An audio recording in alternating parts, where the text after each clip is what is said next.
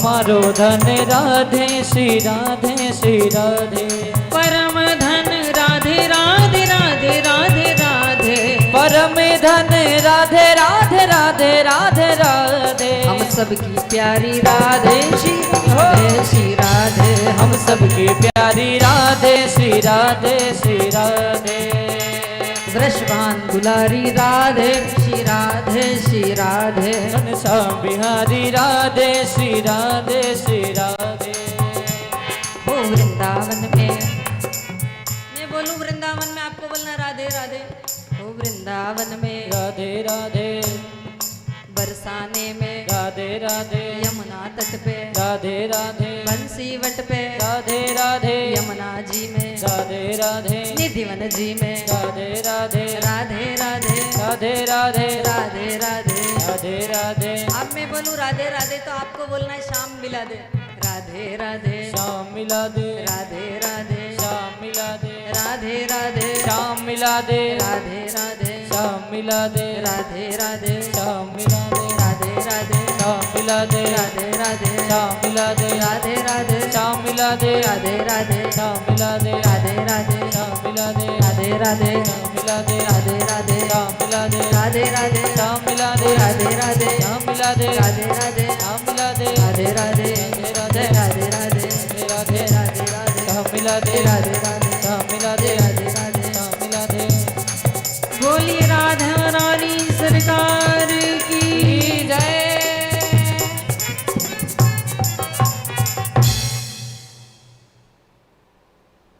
सत्यम परम धीमहि। श्रीमद् भागवत कथा का मैं सारांश ही आपको सुनाऊंगी, क्योंकि विस्तृत रूप में भागवत कथा को श्रवण करना मतलब समझ लो आपकी भागवत को सुनने के लिए हमको 2-3 महीने चाहिए। कितने महीने चाहिए?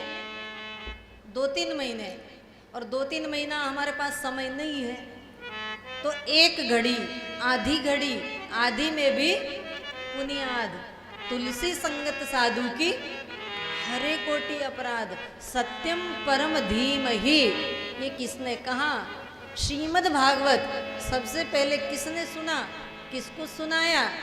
बोले भगवान नारायण ने ब्रह्मा जी को इसका उपदेश सबसे पहले दिया और ये कहा कि सत्यम परम धीमहि, ये ही सत्य है।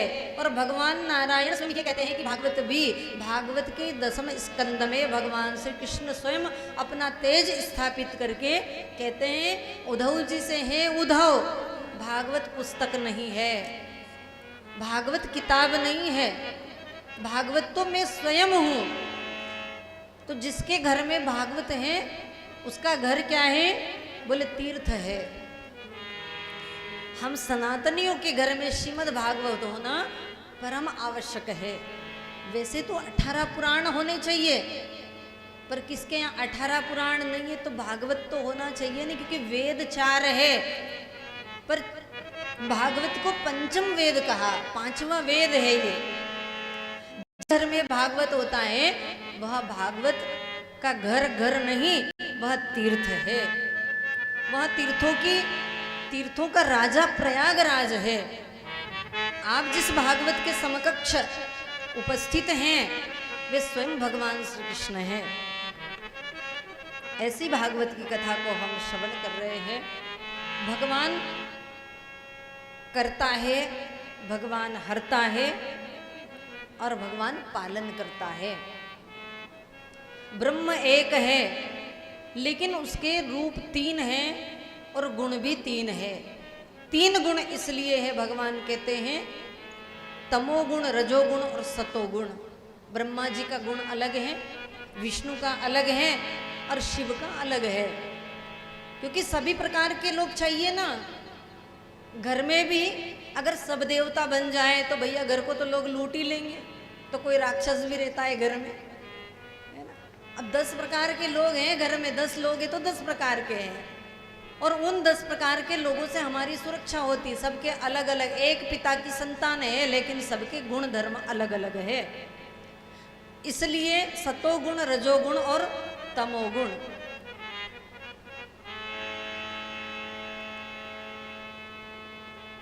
बाकी तो वेद ने कहा अहम ब्रह्मास्मि, मैं ही ब्रह्म हूं। ब्रह्म कोई और नहीं, मैं स्वयं ही ब्रह्म हूँ। अहम ब्रह्मास्मि, मैं ही ब्रह्म हूँ। क्या आपके अंदर भगवान नहीं है? बोले हैं। मैं आपको एक छोटा सा उदाहरण देती हूँ। भगवान तो सबके अंदर है, और सबके अंदर है तो भैया फिर सबसे लड़ाई झगड़ा क्यों? कोई बहुत प्रिय लगता है किसी से लड़ाई, तो किसी ने एक गीत भी गाया, आपने कभी सुना होगा, हो जब तू ही तू है सब में बसा, जब तू ही तू है सब में बसा, जब तू ही तू है सब में बसा, फिर कौन भला और कौन बुरा, जब तू ही तू है सब में बसा। कहने के लिए तो हम कह देते हैं, लेकिन वो दृष्टि हमारे अंदर आती नहीं। तू ही तू है सब में बसा, तो कौन भला और कौन बुरा। अहम ब्रह्मास्मि का ज्ञान इसलिए आप लोगों को नहीं देते हैं संत जन कि आप बोलोगे मैं ही भगवान हूँ, तो फिर भगवान को कौन पूजेगा। इसलिए कहीं हमारे अंदर अहंकार ना आ जाए, तो हम निर्गुण ब्रह्म की उपासना नहीं करते हुए हम सगुण साकार की पूजा करते हैं। निर्गुण को मानते हैं कि भगवान सब में है, चराचर जगत में है भगवान, निराकार है भगवान, लेकिन साकार रूप में जब तक हम भगवान को नहीं भजेंगे, जब तक हम मंदिर में नहीं जाएंगे, तब तक हमारा कल्याण संभव नहीं है। और भगवान कहता है कि जिसके अंदर अहंकार होता है उसको मैं प्राप्त नहीं होता। इस अहंकार को खंडित करने के लिए मंदिर बने। एक आदमी बहस करने लगा धर्म सभा में, धर्म सभा में बहस करने लगा, और क्या कहता है वो? अरे बोले भगवान तो है ही नहीं, लोग पागल हैं जो पत्थर को पूजते हैं। क्या कहते हैं? भगवान है ही नहीं, लोग पागल हैं जो पत्थर को पूजते हैं। पत्थर को पूजने से क्या होगा? लोग ठोकर मारते रहते हैं, उसी पत्थर को पूजने चले जाते हैं, तो ये तो गलत है। अच्छा, बड़ी धर्म सभा हो रही थी और सब लोग उसकी हाँ में हाँ मिलाए जा रहे थे। पर दूसरे दिन उस सभा के अंदर स्वामी विवेकानंद जी भी बैठे हुए थे। तो विवेकानंद जी ने कहा कि बेटा एक काम करना, तू कल जब आए ना धर्म सभा में तो तेरे पिताजी की फोटो ले आना। बोले हाँ ठीक है, ले आऊंगा। पिताजी की फोटो लेकर के आया। स्वामी विवेकानंद जी ने कहा ये कौन है? बोले मेरे पिताजी। अरे बोले तेरे पिताजी कहाँ हैं यहाँ पर? बोले मेरे पिताजी ही हैं। कहाँ है? बोले इस फोटो के अंदर। तो बोले इस फोटो के अंदर तुझे तो तेरे पिताजी दिखते हैं, तो पत्थर में भगवान क्यों नहीं हो सकते? अरे बोले नहीं नहीं, मेरे पिताजी शरीर से नहीं है लेकिन फोटो में तो हैं। विवेकानंद जी कहते हैं इस फोटो को जरा नीचे पटक। अरे बोले वो तो आग बबूला हो गया, नीचे पटकूंगा, मेरे पिताजी का फोटो है। अरे बोले मैं कहता हूँ नीचे पटक दें और इसके ऊपर जूते सहित चढ़ जा। तो उसने कहा ये क्या कह रहे हो, आप मेरे पिताजी का अपमान नहीं कर सकते।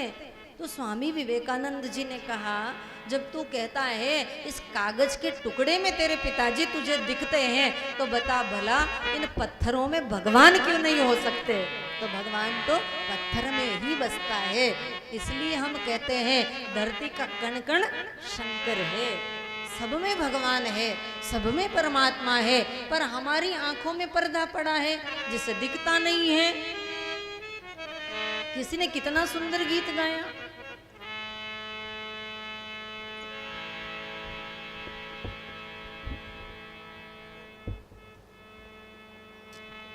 ओ मेरे बांके बिहारी सावरिया,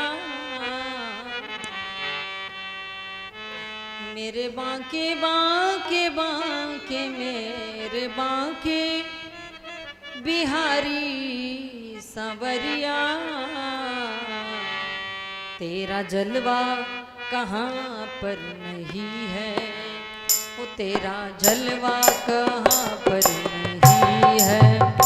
मेरे बांके बिहारी सांवरिया, मेरे बांके बिहारी सांवरिया, तेरा जलवा कहाँ पर नहीं है, तेरा जलवा कहाँ पर नहीं है। मेरे बांके, हाँ मेरे बांके, मेरे बांके हो मेरे बांके, मेरे बांके बांके बांके मेरे बांके बिहारी सांवरिया, तेरा जलवा कहाँ पर नहीं है। मेरे बांके बिहारी सांवरिया, तेरा जलवा कहाँ पर नहीं है। बड़े भाव से ताली बजाइए और गाइए, और जो ताली नहीं बजाए ना उनको अपनी पड़ोसन की सौगंध जो कमरे में सोएगी। हाँ। ओ मेरे बांके बिहारी सांवरिया, मेरे बांके बांके बिहारी सांवरिया, तेरा जलवा कहाँ पर नहीं है, तेरा जलवा कहाँ पर नहीं है। अच्छा मैं पूरा भजन गाने वाली नहीं हूँ, बस एक ही अंतरा गाऊंगी।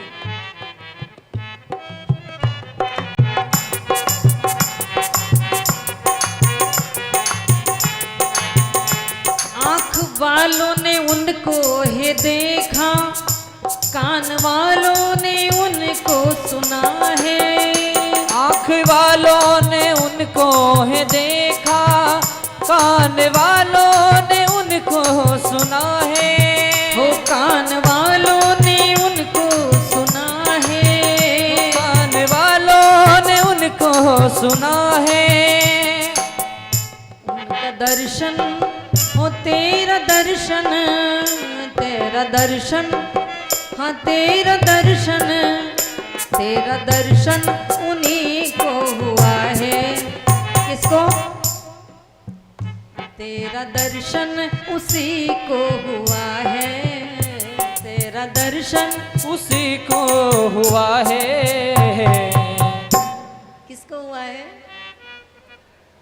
हो जिनकी आंखों में पर्दा नहीं है, जिनकी आँखों में पर्दा नहीं है, हाँ, जिनकी आंखों में पर्दा नहीं है, तो जिनकी आँखों में पर्दा नहीं है। मेरे बांके बिहारी सांवरिया, मेरे बांके बिहारी सांवरिया, तेरा जलवा कहाँ पर नहीं है, तेरा जलवा कहाँ पर नहीं है। तो तेरा जलवा कहाँ पर नहीं है, तेरा जलवा कहाँ पर नहीं है। तेरा जलवा कहाँ पर नहीं है, तेरा जलवा कहाँ पर नहीं है। तेरा जलवा कहाँ पर। बांके बिहारी का जलवा पूरी दुनिया में है, लेकिन वृंदावन में थोड़ा कम दिखता है। यहाँ तो राधे रानी का ही जलवा दिखता है। हाँ। देखिए भागवत की कथा का शुभारंभ हुआ। एक बार नैमिषारण्य से कथा प्रारंभ होती है। नैमिषारण्य में 88,000 संत एकत्रित हुए। क्यों हुए थे? बोले बस हम तो संकल्प लेकर के बैठे हैं कि संसार का कल्याण कैसे हो, इसके लिए 1000 वर्ष तक हम यज्ञ करेंगे। 1000 वर्ष का संकल्प लेकर के बैठे। उनकी सभा में सूत जी महाराज का आगमन हो गया।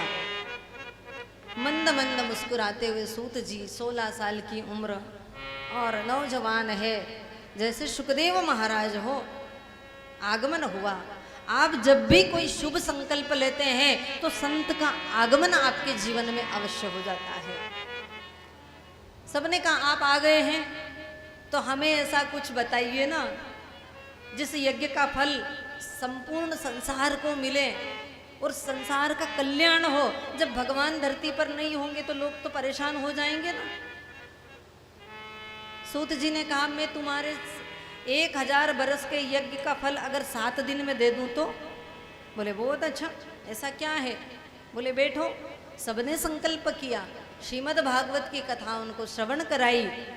गंगा के तट पर बैठ करके 1000 बरस तक के यज्ञ का जो फल मिलना था वो फल मात्र 7 दिन की सप्ताह विधि की कथा से उन्हें प्राप्त हुआ। और वहीं से कथाओं की परंपरा प्रारंभ हुई। आगे की कथा हम श्रवण करते हैं। श्रीमद् भागवत कथा में प्रथम दिन की कथा में भागवत का महात्म्य आता है। महात्म्य को श्रवण करना अनिवार्य होता है, तब पहले दिन की कथा को हम मान्य करते हैं। दुंदुकारी की कथा आपने श्रवण की होगी, गोकर्ण और दुंदुकारी। एक ब्राह्मण देवता थे, उनका नाम था आत्मदेव, जिनकी पत्नी का नाम था धुंधुली। क्या नाम था? कितना अच्छा नाम है ना, बहुत अच्छा। ऐसा लगता है कि गूगल पे सर्च करके ही रखा होगा, धुंधुली नाम। आजकल नाम भी रखते हैं ना लोग, तो गूगल पर देख लेते कौन सा नाम रखना है। मुझे लगता है ये स्पेशली नाम है इसका, धुंधुली का। धुंधुली कभी भजन नहीं करती, उसे कथा नहीं सुहाती, उसे कहीं तीर्थ में जाना अच्छा नहीं लगता। धुंधुली के तो कई ऐसे कारनामे हैं जो मैं व्यासपीठ से बता भी नहीं सकती। पति का नाम आत्मदेव है। तुंगभद्रा नदी के तट पर आत्मदेव ब्राह्मण रहते हैं, बड़े ज्ञानी हैं, त्रिकाल संध्या करते हैं। एक दिन मार्ग में जा रहे थे तो मन में विचार आया, क्योंकि कर्मकांडी ब्राह्मण थे ना, इसलिए मैं कर्म कांड करके सब लोगों को उद्धार कराता हूँ, लेकिन मेरा तो पुत्र भी नहीं है। मेरा पुत्र पिंडदान नहीं करेगा तो मेरा उद्धार नहीं होगा, तो कौन पिंडदान करे? इसके लिए तो मन में विचार आ गया कि महात्मा जी कभी कोई मिल जाए, संत आशीर्वाद ले लूँ, पुत्र हो जाए और मेरा कल्याण हो जाए। पर एक बात है, संसार में ऐसे लोग भी हैं जिनके पुत्र हैं तब भी परम दुखी हैं, लेकिन कुछ लोग ऐसे हैं जिनके पुत्र नहीं हैं फिर भी परम सुखी है। पुत्रों से सुख नहीं मिलता। किससे मिलता है सुख? पुत्रों से मिलता है। जिनके 4 पुत्र होते हैं ना, उनके माता पिता अलग रोटी बना बना करके बुढ़ापे में खा रहे। भैया कौन सा सुख मिला? जिंदगी भर साइकिल चला चला करके धन इकट्ठा करा, शादी की, जीवन में खूब सुख मिलेगा। उस सुख के लिए पूरा जीवन दुख में डाल दिया, लेकिन फिर भी सुख मिला नहीं। बुढ़ापे में तो वही अपने बैंड बज रहे हैं, अभी भी रोटी बनाना पड़ रही है। हाँ, धुंधुली भजन नहीं करती है। पति देवता के मन में विचार आया कि मैं संत महात्माओं के पास जाऊं, उनसे आशीष ले लूं, आशीर्वाद, और आशीर्वाद में मुझे पुत्र मिल जाए। एक सन्यासी मिल गए मार्ग में, महात्मा जी आशीर्वाद दे दीजिए, और आशीर्वाद नहीं देंगे ना तो मैं मर जाऊंगा, आत्महत्या कर लूंगा, फिर वो दोष आपको लगेगा, चलेगा? महात्मा जी ने कहा बेटा मत मर, पर तेरे भाग्य में तो 7 जन्मों तक पुत्र नहीं है। रुदन करने लगे हैं, रोने लगे हैं। ठीक है, मैं तुझे फल दे देता हूं। एक फल दे दिया, इसे अपनी पत्नी को खिला देना, इसको खाने से 9 महीने में गर्भवती होगी, सुंदर पुत्र होगा। ठीक है, आत्मदेव ब्राह्मण देवता चले। अरे धुंधुली, आज तो मैं बड़ा प्रसन्न हूं। क्या हुआ? महात्मा जी ने फल दिया है, इस फल को ले ले और इस फल को खा ले, तेरे घर संतान हो जाएगी। धुंधुली ने कहा बाप रे, यह बीमारी कहां से ले आए? इसको तो बीमारी लग रही है। क्योंकि धुंधुली थी ऐसी, उसको तो आनंद था, पुत्र नहीं है तब भी आनंद है उसको, कोई मतलब नहीं है, किसी का खाना नहीं बनाना, किसी का टिफिन नहीं बनाना, कुछ भी नहीं करना, बच्चों को तैयार नहीं करना है, फीस नहीं भरनी है, कुछ भी नहीं करना, बड़ी आनंद में पति देवता कमा करके लाते हैं, धुंधुली का काम चल रहा है। अब वो क्यों परेशानी उठाएगी?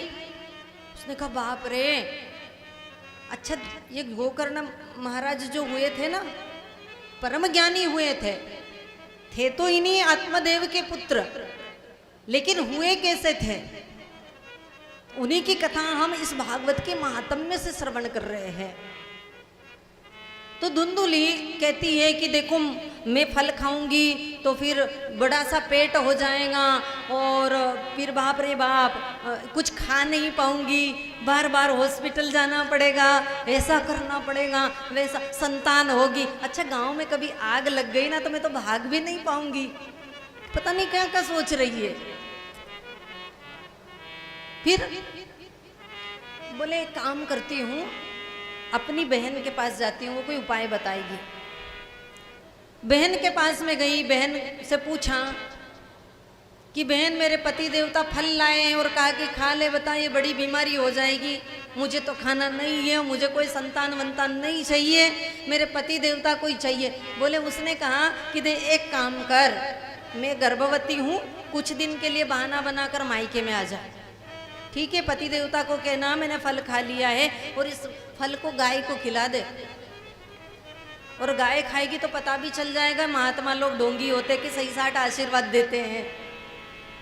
ठीक है, गाय को खिला दिया और ढोंग करते हुए अपने मायके में चली गई। उस बहन का जो पुत्र हुआ था उसे लेकर आ गई, देखो जी मेरा बड़ा सुंदर सा पुत्र हुआ है, और पुत्र को दिखाया।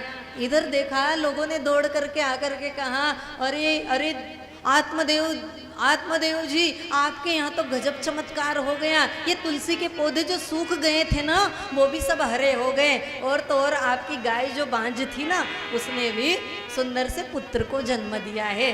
आज आत्मदेव बड़े प्रसन्न थे, एक साथ में दो दो पुत्र हुए, गाय ने भी पुत्र को जन्म दिया। अच्छा था तो इंसान का ही बच्चा, गाय ने दिया क्योंकि महात्मा जी का फल था इसलिए, पर बस गाय ने जन्म दिया इसलिए उसके कान बड़े सुंदर सुंदर थे गाय जैसे, तो नाम रख दिया। आत्मदेव कहते हैं मैं अपने पुत्र का नाम रखूंगा मेरे हिसाब से, गोकर्ण नाम रखा। पर धुंधुली कहती है देखो जी मैं अपने पुत्र का नाम अपने हिसाब से रखूंगी। ठीक है, क्या नाम रखना है? बोले वो मैं देख लूंगी। तो उसने थोड़ा सा मैचिंग मिलाया, अपने नाम से मिलता जुलता कोई नाम मिल जाए तो उसको मिल गया ये धुंधुली और वो धुंधुकारी। जस नाम तस गुण, जैसा नाम था वैसा गुण उसके अंदर आ गया। आत्मदेव बड़े हो करके बड़े भक्त बने, वेदज्ञ ब्राह्मण हुए, और ये धुंधुकारी तो वेश्याओं के चक्कर में पड़ गया, पिता का सारा माल खत्म कर दिया, ले जा करके वेश्याओं को दे दिए। एक दिन उन वेश्याओं ने जलते हुए अंगारे, जब धन खत्म हो गया, समाप्त तो हो गया, जलते हुए अंगारे उस धुंधुकारी के मुंह में डाल दिए, गड्ढा खोदकर जिंदा ही उसको गाड़ दिया, और वो अकाल मौत को प्राप्त हुआ। समय आने पर माता पिता भी चले गए। इधर पता चला गोकर्ण महाराज को, तो गया जी में उसका सब कुछ पिंडदान इत्यादि सब कर्म करवा दिया। पर जब लौट कर घर आए तो विचित्र सी आवाज आने लगी। अकाल मौत जो मरता है ना उसका कोई उपाय नहीं है। आप भले गया जी में चले जाएं पिंडदान कराने, और आजकल तो लोग इसलिए जाते हैं कि पितरों से पिंड छूट जाए, इसलिए, है ना। कुछ लोग कहते हैं दीदी सरकार हमने तो पिंडदान वहाँ करा दिया, अब क्यों कराएं? तो मैंने कहा पिंडदान कराने गए थे कि पिंड छुड़ाने गए थे वहां पर? भला कोई अपने पितरों के ऋण से उऋण हो सकता है क्या?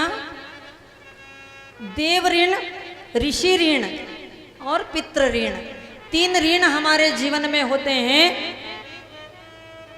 हम ऋषि ऋण से उऋण हो सकते हैं, हम देव ऋण से उऋण हो सकते हैं, लेकिन पितृ ऋण से कभी भी उऋण नहीं हो सकते। ये शरीर जिनका दिया हुआ है, जिन पितरों का दिया हुआ है, बताओ भला उससे कैसे ऋण हो सकते हैं। उनके आशीष से हमारा वंश चलता है, उनके आशीष से हमारे बच्चे बुद्धिमान होते हैं, निष्ठावान होते हैं, हमारे बच्चे बलवान होते हैं, और उन्हीं की कृपा से हमारे घर में संपदा आती है, उन्हीं की कृपा से घर में प्रेम होता है। भला बताओ कौन पितरों के ऋण से ऋण हो सकेगा। इसलिए गया जी में जाकर के पिंडदान कराया, पर घर आए तो आवाज आने लगी, क्योंकि वो जब अकाल मौत मरा था तो पितृ बन गया था। जिसको पितृ तो हुआ ही सही, लेकिन अकाल मौत बनने वाले जो होते हैं ना, वो पिशाच बन जाते हैं, और पिशाच योनि से छुटकारा नहीं मिलता। उसके लिए अंतिम उपाय है श्रीमद् भागवत। जिनके घर में पितृ दोष हो वो अपने घर में मूल पाठ अवश्य कराएं। पितृ मोक्ष के निमित्त विद्वान ब्राह्मणों को बुलाए, उनका वरण करे, 5 ब्राह्मणों को बिठाए, एक जप करे, एक गीता जी का पाठ करे, पिंडदान कराए, माला जपे, और पूरा संपूर्ण मूल पाठ उनके निमित्त करें, तब जाकर कहीं उनको शांति होती है। ये स्वयं कहते हैं कि मैं अपने हाथ से पिंडदान करके आया, और फिर ये क्यों मुझे भूत बन करके डरा रहा है। बोले आप जब तक अपने घर में भागवत नहीं कराएंगे तब तक इसकी मुक्ति नहीं होगी। भागवत कथा की, भागवत कथा में अच्छा जो भूत बन जाते हैं, जो प्रेत बन जाते हैं, शरीर में नहीं रहते हैं, लेकिन उनको करोड़ों करोड़ों करोड़ों करोड़ों हमारे जन्म बीत जाए, हजारों हजारों बरस बीत जाएं, तब तक उनको ना जल मिलता है ना उन्हें भोजन मिलता है। अकाल मृत्यु को प्राप्त नहीं होना है, इसके लिए अच्छे कर्म करिए, सत्कर्म करिए। शरीर में नहीं होता वो जीव, लेकिन प्यास और भूख सब लगती है उसे ठंड भी लगती है, उसे गर्मी भी लगती है, उसे भूख भी लगती है, उसे प्यास भी लगती है। इसलिए अच्छे सत्कर्म कीजिए। गोकर्ण महाराज ने श्रीमद् भागवत की कथा की, बहुत सारे लोग तर गए उससे। 2 बार कथा उन्होंने की। एक बांस था, बांस के अंदर वो जीव आकर के बैठ गया। एक दिन की कथा हुई, एक बांस की गठान फट गई, फिर दूसरे दिन की कथा हुई, दूसरी गांठ फट गई। ऐसे 7 दिन की कथा हुई, और सप्ताह विधि से कथा होने के पश्चात उस धुंधुकारी का प्रेत योनि से निवारण हो गया, और वो भगवान के धाम को चला गया है। यह श्रीमद् भागवत कथा का महात्म्य। धन्या भागवती कथा प्रेत पीड़ा विनाशिनी। धन्या भागवती कथा प्रेत पीड़ा विनाशिनी। धन्या भागवती कथा प्रेत पीड़ा विनाशिनी। धन्य है ऐसी भागवत की कथा जो प्रेत योनि से भी छुटकारा दिला दे। ऐसी भागवत की कथा का आज हमने संक्षिप्त में महात्म्य श्रवण किया। कल से ठीक प्रकार से कथा शुभारंभ होगी। हम 3 घंटा कथा श्रवण कर पाएंगे। और अब आप सब लोग थके हैं, आइए हम सब आरती की ओर चले।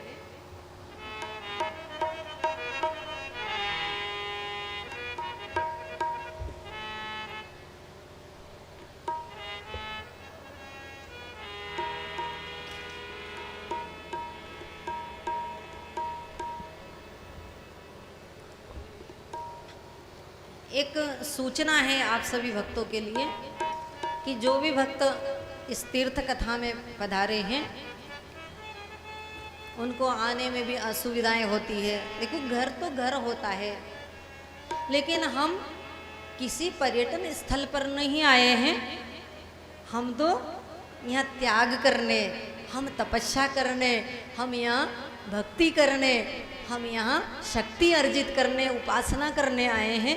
वृंदावन पर्यटन स्थल नहीं है, वृंदावन तो भक्ति की भूमि है। इसलिए यहाँ आकर जितना तप जाएं हम, घर में तो सुविधाएं मिलती है लेकिन बाहर इतनी सुविधाएं नहीं होती है, और अपन लोग चाहते हुए भी इतना नहीं कर पाते हैं, क्योंकि बाहर तो बाहर होता है, हम पराधीन होते हैं, दूसरों के अधीन होते हैं।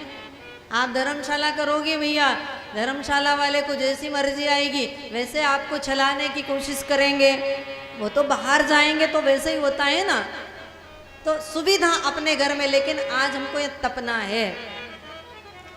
बारिश हो रही है उधर से और इधर कथा का आनंद भी ले रहे हैं। बड़ी गर्मी लग रही थी सबको, इसलिए इंद्र देवता भी बड़े प्रसन्न हो रहे हैं आप सबके ऊपर। तो हम कुछ हमको असुविधाएं भी हो जाए तो इस यात्रा में अपना परिवार समझ करके, मिलजुल करके इसको बांट लेना है, और घर जाकर इसको परोसना नहीं है, है ना। अपने पास ही रखना है इसको, और यही प्रार्थना करें कि वृंदावन, बांके बिहारी, हम ऐसे तीर्थों में और जाते रहें। कई सुविधाएं होती है, कहीं अभाव होता है, सुविधाओं का प्रयास किया जाता है कि अच्छी सुविधाएं मिले।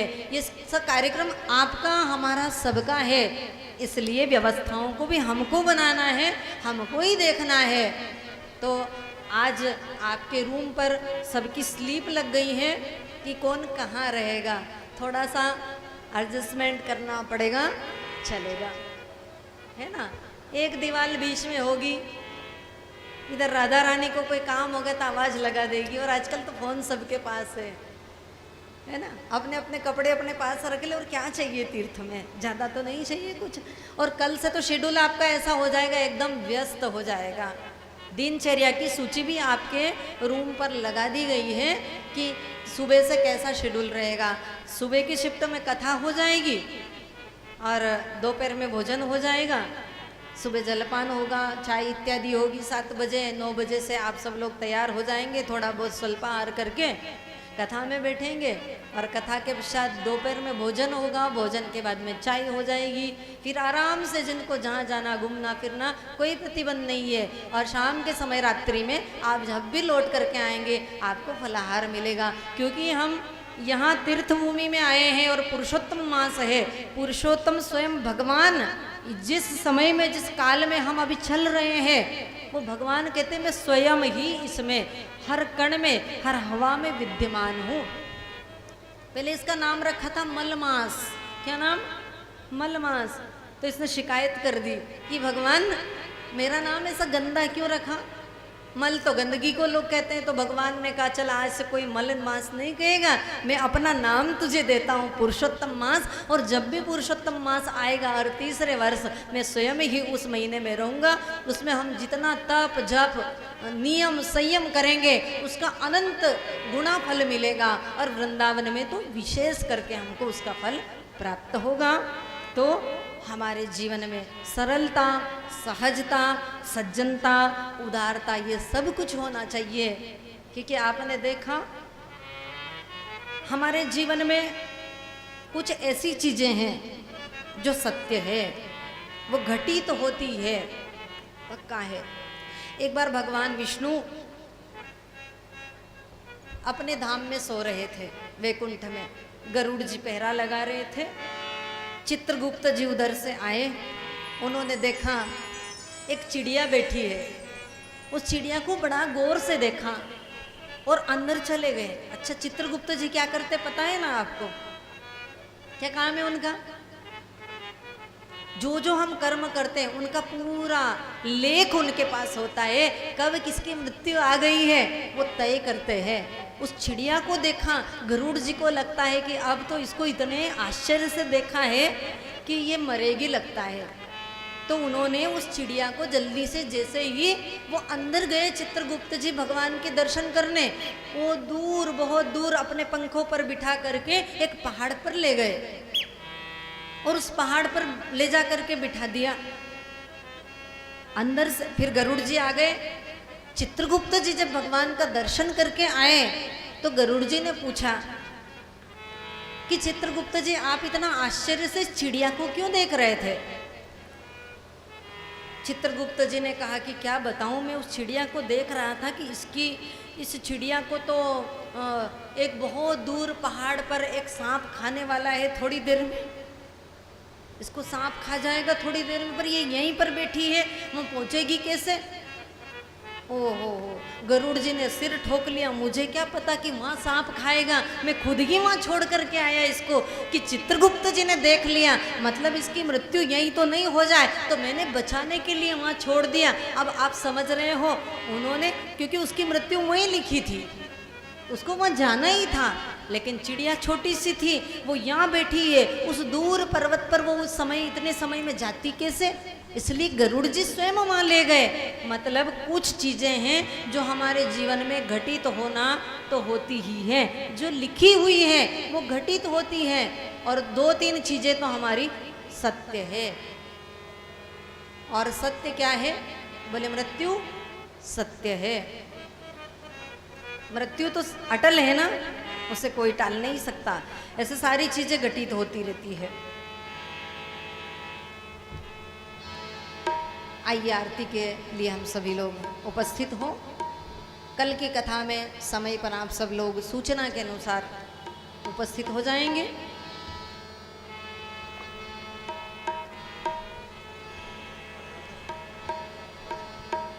हरिओम। सभी भक्त यथावत अपने स्थान पर खड़े हो जाएं। आइए प्रभु की सुंदरमय आरती में चलते हैं।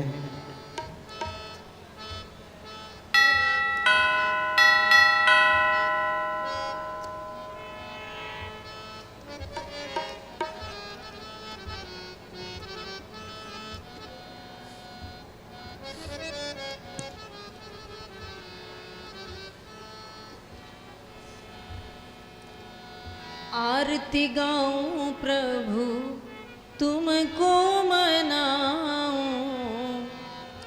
आरती गाऊं प्रभु तुमको मनाऊं, हे गिरधर तोरी आरती गाऊं, हे गिरधर तोरी आरती गाऊं, बांके बिहारी तोरी आरती गाऊं, बांके बिहारी तोरी आरती गाऊं, आरती गाऊं प्रभु आपको मनाऊं, आरती गाऊं प्रभु आपको मनाऊं, श्याम सुंदर जी की आरती गाऊं, श्याम सुंदर तोरी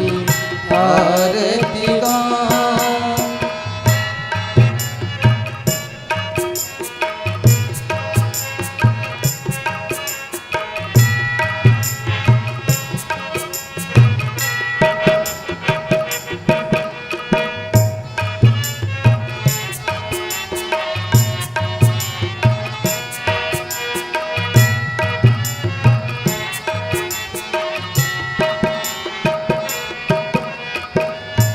चरणों से निकली गंगा प्यारी, चरणों से निकली गंगा प्यारी, जिसने सारी दुनिया है तारी, जिसने सारी दुनिया तारी, उन चरणों में शीश नवाऊं, उन चरणों में मैं शीस नवाऊं, मेरे बांके बिहारी तोरी आरती गाऊं।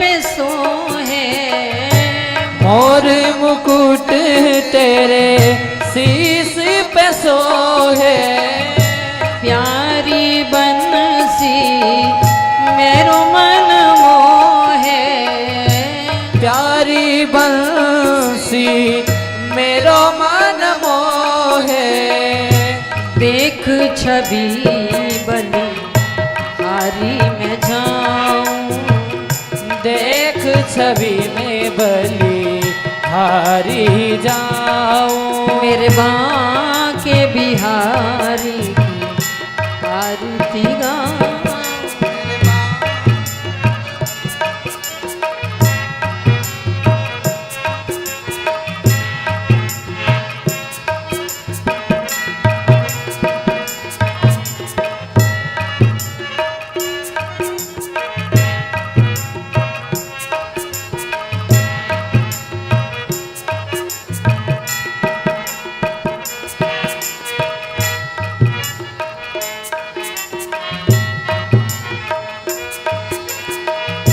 बलदाऊ को छोटो भैया, बलदाऊ को छोटो भैया, कनुआ कह बोलत मैया, कनुआ कहत बोले मैया, तेरी छवि पे मैं बलि बलि जाऊं, तेरी छवि पे मैं बलि बलि जाऊं, बांके बिहारी तोरी आरती गाऊं।